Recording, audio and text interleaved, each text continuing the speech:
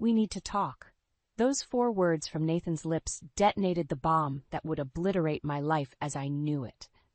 I stared at him, dread creeping up my spine, as he scrolled through his phone with an expression I couldn't read. I found these messages between you and Kira. He turned the screen to face me, and there it was. The undeniable proof of his infidelity glaring back at me. It's been going on for over a year. She's pregnant, Marla. We're starting a new life together. The words hung in the air like a noxious gas, choking me. I wanted to cry, to scream, to run, but I could only gape as decades of marriage crumbled around me. Well? Nathan snapped. Say something.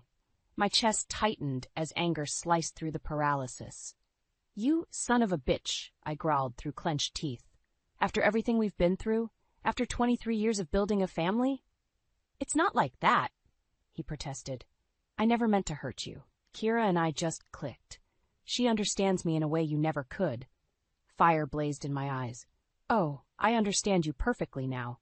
You're a liar, a cheater, and a disgrace. Nathan recoiled as if struck. Give me a break, Marla. You've been so wrapped up with your parents, I felt neglected. This is as much your fault as mine. I shot to my feet, fury propelling me. My fault? I've supported us for years while you chased one get-rich scheme after another. Don't you dare try to blame me for your lack of character. He opened his mouth, but I cut him off, grabbing my purse and keys. Save it. I want a divorce, and I'm taking you for everything you're worth. Without waiting for a response, I stormed out, the sudden silence giving no comfort. My hands shook as I fumbled with the car keys, tears I'd refused to shed burning my eyes. How could this be happening? After so many years, so many struggles we'd faced together, Nathan had thrown it all away for a fling with a woman young enough to be his daughter. Worse, he'd compounded that betrayal by impregnating her. White-hot anger lanced through me, hardening my resolve. I wouldn't be the wounded, weeping wife history discarded as a footnote. Nathan would regret the day he ever looked at another woman. This was just the opening salvo in a war he had no idea was coming. And by the time I was done, he'd be broken and begging for scraps of the life he'd so casually discarded. My fingers tightened around the steering wheel as I pulled onto the road. There would be no more tears, only the cold, brutal satisfaction of watching Nathan's world burn. This can't be happening. I stared at the pile of boxes and furniture crammed into the dingy one-bedroom apartment, a far cry from the beautiful home Nathan and I had shared. The divorce had been messy, but in the end the judge awarded me this place, along with custody of our parents. Need any help, dear? I turned to see Mom, her brow creased with confusion. Even in her early stage of Alzheimer's, she could sense the upheaval. Forcing a smile, I took her hand. It's all right, Mom. Just moving into a new place. The lie felt like acid on my tongue. I hated deceiving her, but the full truth would only cause her more anguish. Better she remained blissfully unaware of Nathan's ultimate betrayal. Marla? Dad's voice, already strained from Parkinson's, filtered in from the other room. A little assistance, please? I squeezed Mom's hand reassuringly. Coming, Dad. I found him slumped on the couch, his medication bottle lying open and empty on the floor. Quickly, I gathered the scattered pills and fixed him a glass of water. I'm so sorry, I murmured, helping him swallow the drugs, keeping his tremors at bay. This move has been chaos.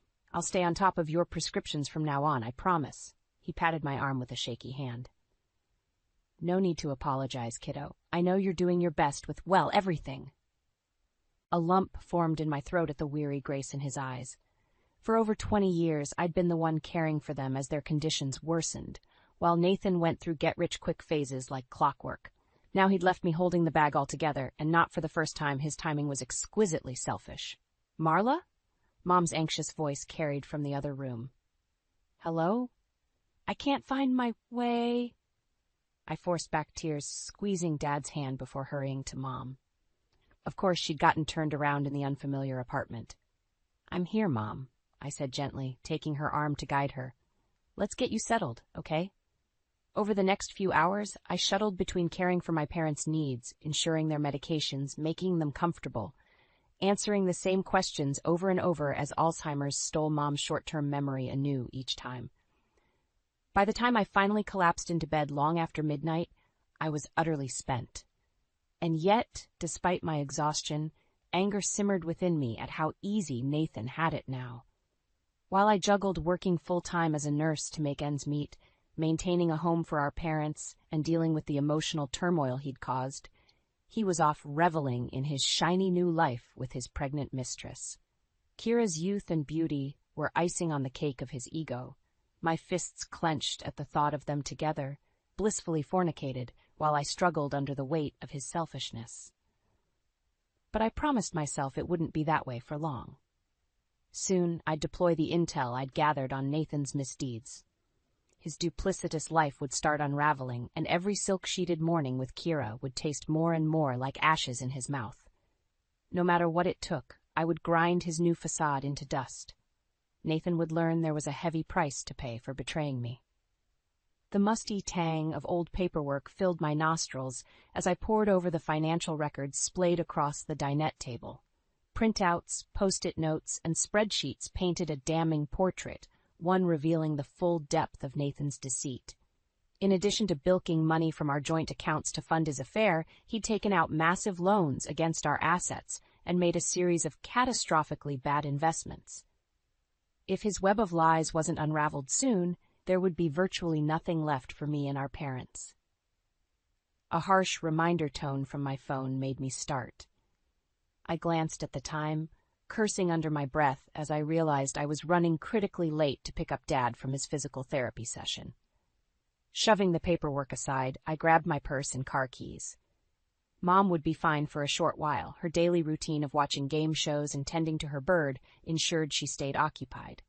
But if I didn't retrieve Dad soon, his simmering resentment at having to rely on me would only intensify. The geriatric center's waiting room was deserted, except for Dad slumped in a vinyl chair, his body trembling slightly from the Parkinson's. His face was thunderous as I hurried over. "Nice of you to finally show up," he growled without looking at me. "In case you forgot, I'm not getting any younger here." I cringed inwardly at his harsh tone, but I deserved it. Between caring for Mom, my job at the hospital, and trying to salvage our finances, I constantly dropped the ball when it came to being present for him. "I'm so sorry, Dad," I said, grabbing his arm to help lever him upright. "It won't happen again." He grunted in acknowledgement but remained stone-faced, at least until his gnarled hand clamped over mine, his eyes softening as they met my gaze. "You've got a hell of a lot on your plate, kiddo, more than any one person should have to shoulder." I felt my throat tighten at his gruff sympathy, swallowing hard against the sting of tears. "I'm okay, really. We'll get through this." A tremor rippled through his frame as he squeezed my hand. "That no-good son of a bitch yanked the rug out from under you. But you listen to me, Marla. You are not alone in this fight, you hear?" Though his voice was weakened by age and illness, an undercurrent of determination flowed through his words. I was reminded of how Dad had provided for us through sheer grit after his factory job was outsourced, refusing to let misfortune shatter our family. Fierceness kindled within me, banishing the urge to buckle under the strain of Nathan's betrayal. Dad's strength was my blood, throbbing with righteous tenacity and the promise of vengeance. "You're right, Dad," I said, squaring my shoulders. "Nathan's not going to get away with any of this. I'm going to hit him from every angle until there's nothing left." The gleam in Dad's eyes mirrored the nascent fire inside me. "That's my girl. Now go get him and show that bastard exactly what he's messing with." I felt a withering clarity form around my fury as we slowly made our way to the car. No more would I merely react to the chaos Nathan had created. From now on, I would become the eye of the storm itself, plotting his total destruction with cold, meticulous precision. Every selfish decision, every sleazy misdeed of his would be weaponized, returning to haunt him tenfold. I would become the sword of karma itself, slicing through every delusion until he was left with nothing but the harsh reckoning he deserved. By the time I was done with Nathan Bennett, his supposed perfect new life with Kira would lie in ashes, and he would finally understand the overwhelming burn of consequences he never saw coming. "This is never how I envisioned my career going," Jackson said with a self-deprecating chuckle as he spread the divorce paperwork across his desk. The overhead light gleamed off his thick gray hair as he scanned the documents, helping take down lying bastards like your soon-to-be ex-husband. A wry smile tugged at the corners of my mouth. If someone had told me a year ago that I'd be working closely with a hotshot corporate lawyer to dismantle my marriage, I would have laughed in their face.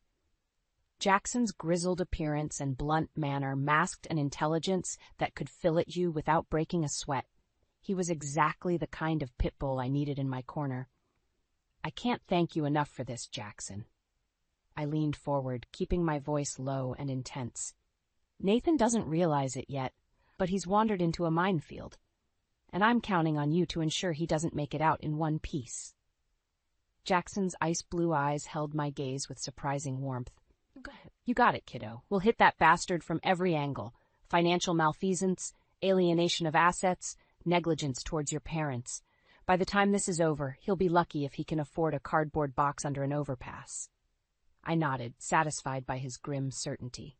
But there was still one key element missing from my plan: insight on Nathan's new lover and cohort in betrayal, Kiera. That was where Leah came in, her startling appearance at the cafe nearly making me choke on my coffee. Marla Bennett, right? The petite brunette slid into the seat across from me, her expression a blend of wariness and distaste.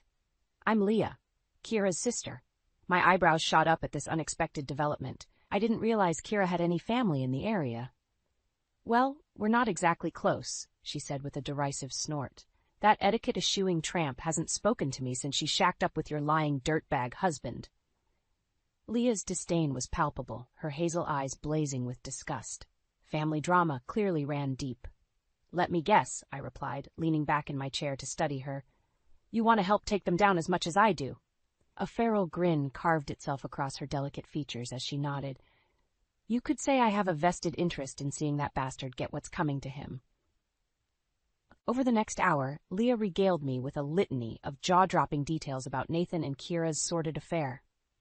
Graphic sexual encounters in seedily locations, furtive payoffs to keep Kiera in a life of empty glamour as Nathan frittered away money behind my back, her callous indifference to the child she was carrying. With each new lurid revelation, my blood boiled hotter. Nathan's appalling lack of integrity was exceeded only by Kiera's sociopathic amorality. That's a lot to process. I finally managed once Leah's tirade wound down.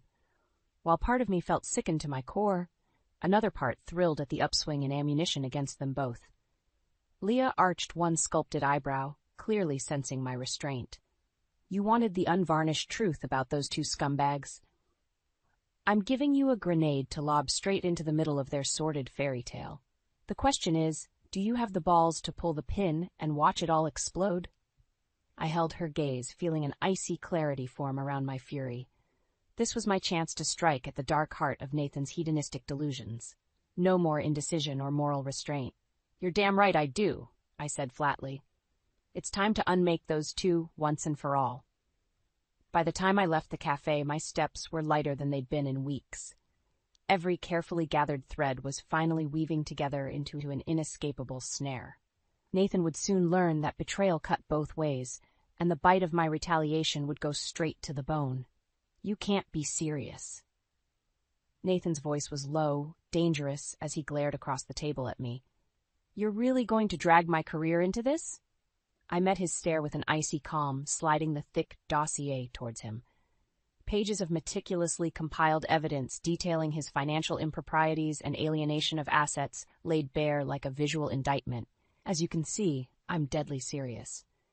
My tone carried no inflection, no waver. "This is just the opening salvo, Nathan. I'll burn everything around you until there's nothing left." His jaw clenched, anger and disbelief warring across his features as he flipped through the damning pages. "Good. Let him be enraged. Let him finally understand the sheer depths of my wrath." "Where did you even get this?" he sputtered, slamming the dossier down hard enough to rattle the silverware. "Have you been having me followed or something?" A humorless smirk tugged at the corner of my mouth. "You're the one who insisted on turning our lives into a nightmare. Don't act so shocked that I'm simply fighting fire with fire." Comprehension slowly dawned in the tightness around his eyes as he processed my casual ruthlessness. At long last, Nathan could see the cold, implacable resolve driving me. "Marla," his voice dropped, took on a vaguely placating tone that immediately raised my hackles. I get that you're angry, but maybe we should take a step back here, for both our sakes and the kids. Don't. My finger jabbed down on the table, cutting off his manipulative spin. Don't you dare try to play the family card with me after everything you've done. That ship sailed the second you knocked up your slut on the side. His nostrils flared, tendons standing out in stark relief in his neck. But he stayed silent, waiting for me to unleash the rest of my fury. Starting today, I declare war on you and your mistress's illusions of happiness, I said, each clipped word dripping with contempt. That cozy little bundle of lies you've constructed, I'm going to rip it apart piece by piece. I slid a manila envelope across the table towards him, the corners digging in gouges on the wood. Those are just a few samples of the images and informant testimonies I've gathered about you two lovebirds. Every sordid hookup, every nickel you blew on that trashy lifestyle while I struggled to keep our parents alive, it's all there in glorious detail. Nathan sucked in a sharp breath as he thumbed through a few of the photos, which clearly depicted him and Kira in varying states of debauchery. But his surprise quickly morphed into an all-too-familiar, smarmy bravado. Is that all you got? One corner of his mouth curled into a disdainful sneer. You think a few nudie pics and slut-shaming is going to intimidate me? I'm not the one on shaky financial ground here. My expression remained impassive, a porcelain mask belying the volcanic fury simmering within me. Slowly, deliberately, I leaned back in my chair and let my gaze sweep over every inch of the man who had once been my husband, my partner, my promised safety. By the time our divorce proceedings are over, you're going to be buried so deep in legal fees and financial ruin that you'll be begging for table scraps, I said, each word measured and certain. But money problems are just the start of your worries. Letting the weight of that statement hang in the air for a beat, I withdrew a sheaf of papers held together with a smudged paperclip. With glacial precision, I slid them over to punctuate my vow. Those contain eyewitness affidavits and documentation detailing the wanton neglect you've shown towards Mom and Dad's care. I'm sure a law enforcement investigation into potential elder abuse would make for some very inconvenient headlines at that firm of yours. For the first time since we'd started this little encounter, Nathan's bravado cracked. A flicker of uncertainty, of naked fear, danced in his widening eyes as he registered the full scope of my intentions. As the silence stretched out between us, I allowed myself a final verbal bayonet thrust. You wanted freedom from your responsibilities? Well, congratulations, Nathan. You're about to get your wish. And you're going to spend whatever's left of your miserable existence paying for it in ways you can't even imagine yet. The steady clicking of the court reporter's keys was the only sound in the tense, wood-paneled room as Judge Richards paged through the thick dossier before him. His stern features remained inscrutable, giving no hint as to how heavily the evidence was weighing against Nathan. Seated beside Jackson at the plaintiff's table, I kept my own expression neutral, focused. This was the endgame, the culmination of months spent meticulously undermining every aspect of Nathan's life. After today's ruling, nothing would be the same for him ever again. Mr. Bennett. The judge's gravelly voice sliced through the stillness like a blade. Nathan straightened in his chair, a sheen of sweat visible on his brow. Based on the extensive financial documentation and third-party testimony provided here, it's clear you have engaged in repeated and willful alienation of assets, Judge Richards stated, his tone flat and clinical. Money that should have gone towards ensuring the care of your elderly parents was funneled into irresponsible investments and a lifestyle incompatible with your obligations as a spouse. One of Nathan's lawyers made a move to stand, a retort forming on his lips, but the judge silenced him with an icy look. I haven't finished. He turned his glare fully onto Nathan. Would you care to explain why the court should consider your accounts and property claims as anything other than utterly compromised, Mr. Bennett? Because these materials paint a deeply unpalatable picture. Nathan swallowed hard, shifting in his seat as he struggled to meet the judge's withering stare. Your Honor, I made some mistakes in judgment, I'll admit, but my financial affairs have no bearing on how I handled my responsibilities towards my family. The words had barely left his mouth before Jackson was on his feet, angrily waving a sheaf of papers from our evidence trove. No bearing? He shook his head in disdain. After betraying his vows and squandering money on affairs, Bennett left his wife to single-handedly tend to his parents' declining health, one with Parkinson's, the other suffering from Alzheimer's. We have sworn affidavits and medical bills here showing incontrovertible neglect. Nathan tried to interject, but the torrent of Jackson's words drowned him out. This man forfeited his right to any consideration long ago, Your Honor. Jackson thundered, fury thrumming in his voice. He does not deserve a single dime from these proceedings. I watched, feeling an electric crackle of vindication spark along my nerves, as Nathan fought to regain his composure under the weight of Jackson's assault. His jaw clenched, that familiar, entitled mask slipping back into place, but his eyes betrayed flickers of desperation. The judge's voice cut through the tension, a well-timed incision lancing the roiling anger in the room. I've heard enough. Piercing both legal teams with a quelling look, he squared his shoulders and began delivering his ruling in a tone of finality. Based on the extensive evidence of asset mismanagement and negligent conduct exhibited by Mr. Nathan Bennett, I am awarding the plaintiff, Mrs. Marla Bennett, with sole rights and ownership over the marital home and its assets. Furthermore, Mr. Bennett must provide spousal support and funds for the ongoing care of his elderly parents. Nathan's face had drained of all color as Judge Richards enumerated the punitive list, the legal and financial pillars of his life, crumbling in accordance with my carefully executed plan. I felt a surge of fierce elation, watching him come face to face with the consequences of his selfishness. Mr. Bennett will be granted no share of liquid assets, investments, or property division in these proceedings. Nor will he maintain any claims over future inheritance entitlements, which shall be immediately frozen pending an investigation into potential criminal culpability regarding elder abuse and misappropriation. In that moment, I could have sworn I heard the crystal shattering of every illusion Nathan had surrounded himself with. As scattered protests erupted around him, I simply held his stricken gaze with mine. Unflinching, resolute. This was what the cruelty of his betrayal had wrought. This was the karma he'd brought upon himself through his own disregard. Across the room, our eyes locked in an apex of anguish and triumph. And in that suspended instant, we both fully understood. Nathan Bennett's reckoning had finally and utterly arrived. The sleek metal briefcase made a satisfying thunk as I dropped it onto Nathan's boss's desk. McDermott, a jowly, perpetually frowning man, raised an inquisitive eyebrow at me. I think you'll want to review the contents of that very carefully, I said, keeping my tone brisk and businesslike despite the vindictive thrill uncurling inside me. It contains comprehensive evidence of unethical conduct by one of your senior employees. McDermott's frown deepened, but he made no move to open the briefcase. I don't have time for games, Mrs. Bennett. What is this about? Rather than answer directly, I pulled out my phone and thumbed over to the gallery, pulling up the sheaf of damning financial records and lurid photos. Does your company have any policies regarding misappropriation of funds?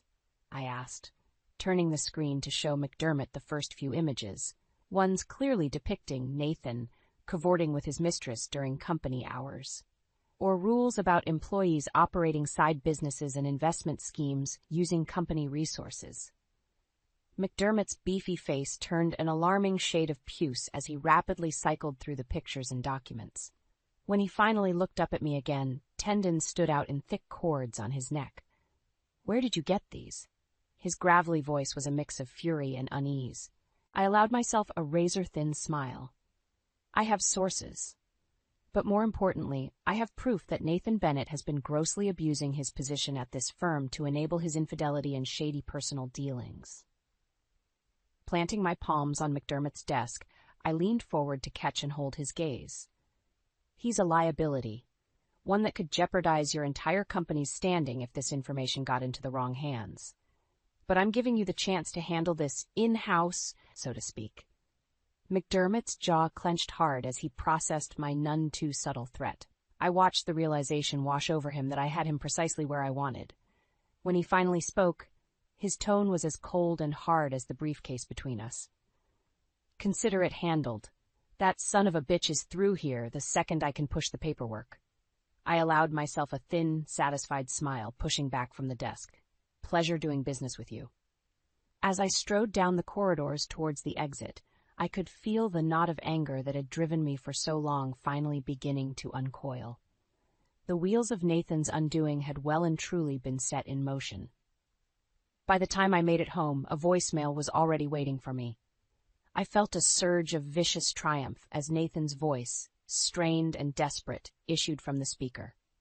Marla, please, you have to call me back. I don't know what you think you're doing, but I just got terminated from my job. They're accusing me of misusing funds and corporate resources for my own gain.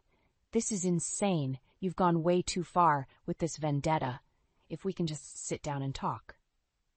I rolled my eyes in disgust, hitting the delete button to purge his plea from existence. Nathan's spectacular downward spiral was too little, too late, which was hammered home a few hours later by the shrill ring of my doorbell. I swung the door open to find a panicked, red-eyed Kira on my front step. You, she spat, her voice shaking with rage and confusion. What did you do? Nathan's life is in ruins. The money's gone, his career is destroyed, his reputation shredded, and now he says he can't even support me and my baby? I drank in Kira's unraveling with undisguised relish. Let her feel the sting of her own selfishness, the bitter consequences of her choices. Let her see the paradise she'd tried to create atop Nathan's lies, withering away to bitter ash. Did you really think it would all just work out? My tone dripped with disdain. That Nathan would be able to walk away from the damage he caused, start over with a clean slate?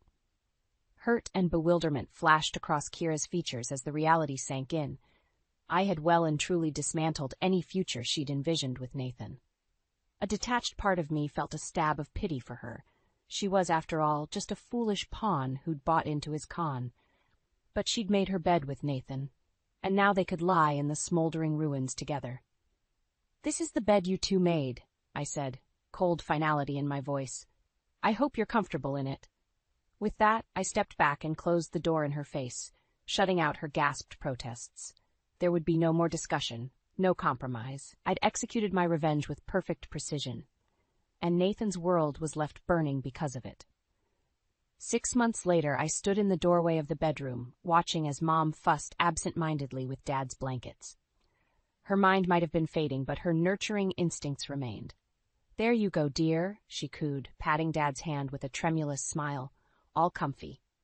Dad's eyes crinkled at the corners as he returned her smile. Though the Parkinson's had continued its inexorable progression, he seemed content, peaceful even. They both did. Seeing them together, safe and cared for in the home I had fought so viciously to keep, I felt something inside me finally unclench. The white-hot anger that had propelled me for so long dimmed, replaced by a sense of closure.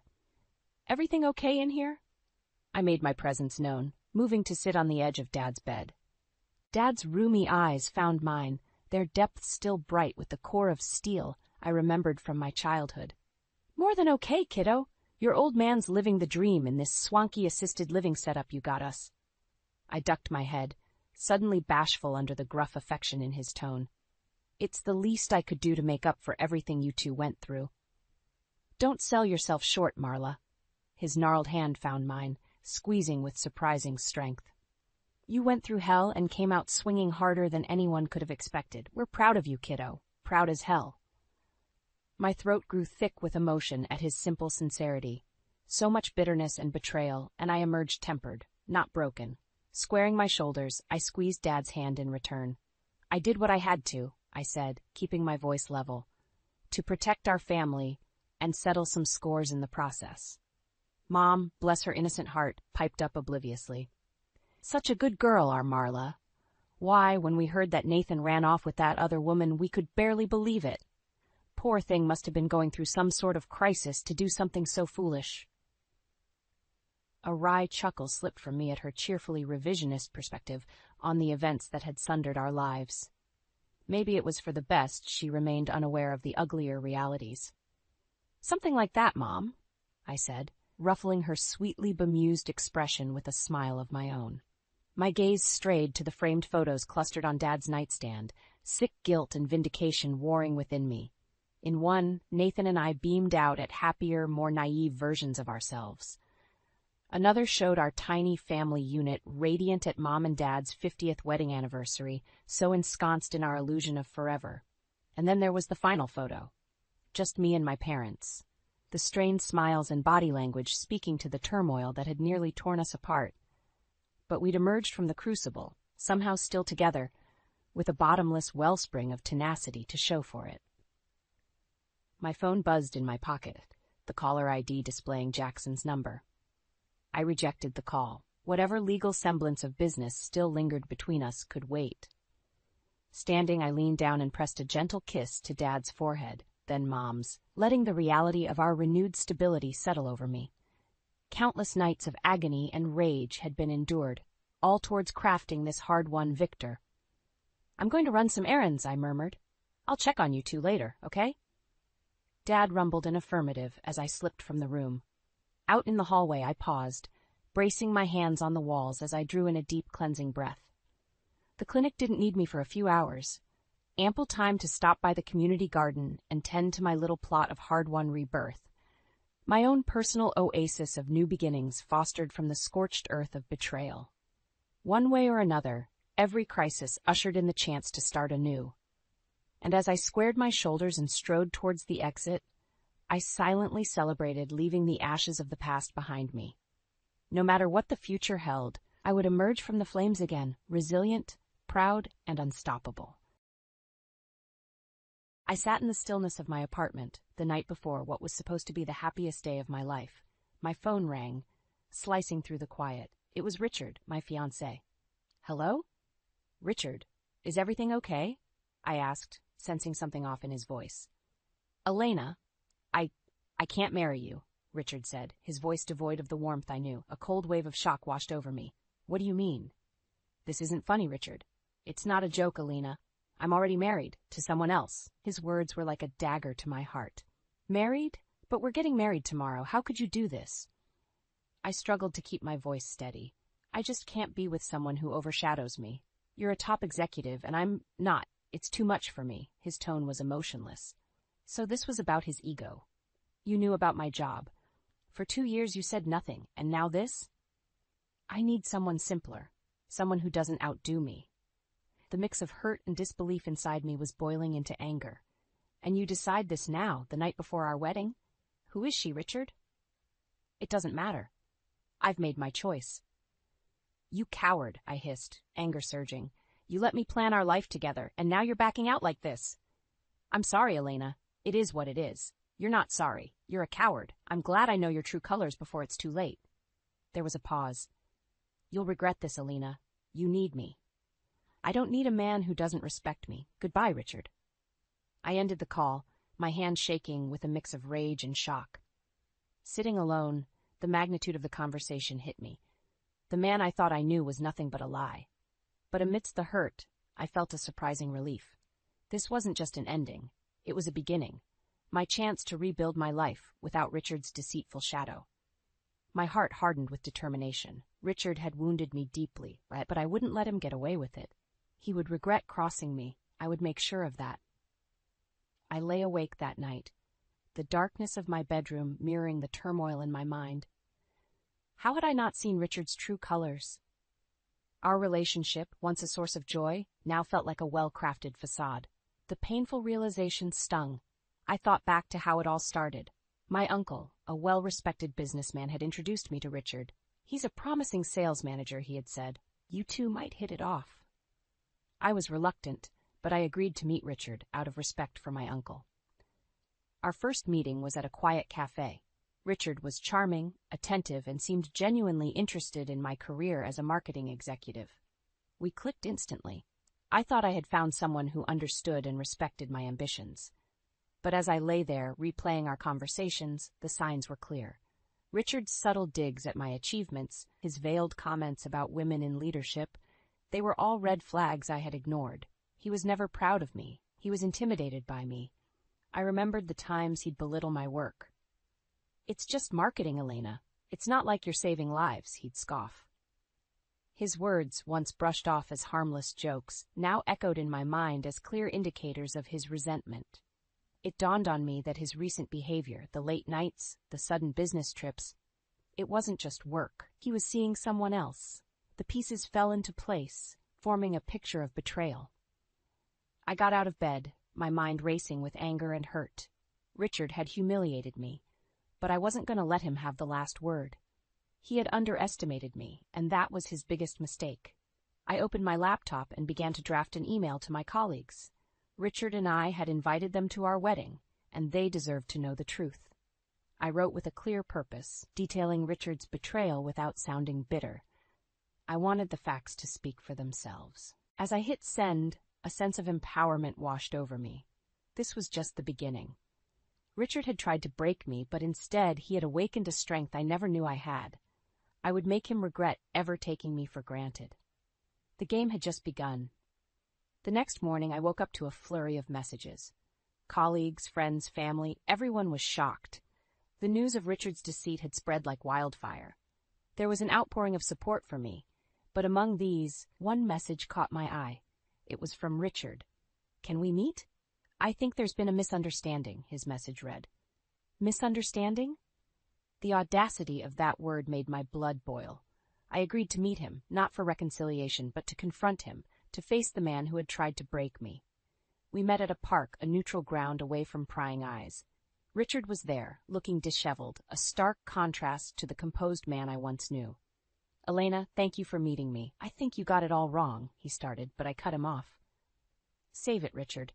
There's nothing you can say to justify your actions. You're a liar and a cheat. What did you expect, calling off our wedding and admitting you're already married?" Richard's face reddened. "I didn't expect you to react this way. You're blowing this out of proportion." "Out of proportion? You were living a double life, Richard. What did you expect me to do? Smile and wish you a happy marriage?" He shifted uncomfortably. "Look, I know I messed up, but can't we put this behind us? I mean, we were good together, weren't we?" I stared at him in disbelief. "Put this behind us? You humiliated me, Richard, and now you expect me to just forget it?" "Elena, please, I know I've made a mistake, but I need you. My job is at risk because of this mess. You have connections. You can help me." I couldn't believe what I was hearing. "You want my help? After everything you've done?" He took a step closer. "Elena, we can sort this out. I know people are talking, but we can fix this. Together." I stepped back, my resolve hardening. "The only thing that needs fixing is your moral compass, Richard. We are done. And as for your job, you should have thought about that before you betrayed me." I turned and walked away, leaving Richard standing there, a picture of desperation. I felt a surge of strength within me. Richard thought he could manipulate me, but he was wrong. I was not the same person he had toyed with. The game had changed, and I was now the one in control. The days following my confrontation with Richard were a whirlwind. My mind was constantly racing, not with sadness but with a burning desire for retribution. Richard had tried to crush me, but he had only fueled my determination. I started by reaching out to a few trusted colleagues and friends, laying the groundwork for my plan. Word of mouth was powerful, and I intended to use it to expose Richard's true character. I shared my story not as a victim, but as a survivor of deceit. My narrative was factual, yet poignant, a tale of betrayal by a man who was a master of manipulation. Then came the opportunity I was waiting for. An industry event was coming up, one Richard and I were supposed to attend together. I decided to go alone, knowing well that Richard would be there. The evening of the event, I walked into the room with confidence. I could feel the eyes on me, the whispered conversations. I spotted Richard in the crowd, his face a mask of unease. As I mingled, I overheard snippets of conversation. "That's Elena. Can you believe what Richard did to her?" The word was spreading, just as I had planned. Then, Richard approached me, his expression a mix of anger and desperation. "Elena, we need to talk. You're ruining me." I looked him straight in the eyes. "I'm not doing anything, Richard. If your reputation is ruined, you have only yourself to blame." He grabbed my arm, his grip tight. "You're enjoying this, aren't you? Making me the villain." I pulled my arm away. "I don't need to make you a villain, Richard. You did that all by yourself." As I walked away, I could feel Richard's eyes burning into my back, but I didn't care. I was no longer the woman he thought he could control. The event was a success. By the end of the night, Richard's deceit was the talk of the town. His professional reputation was crumbling, just as he had tried to shatter mine. But this was just the beginning. I knew Richard would not go down without a fight. I needed to be ready for whatever he had planned. My resolve was firm.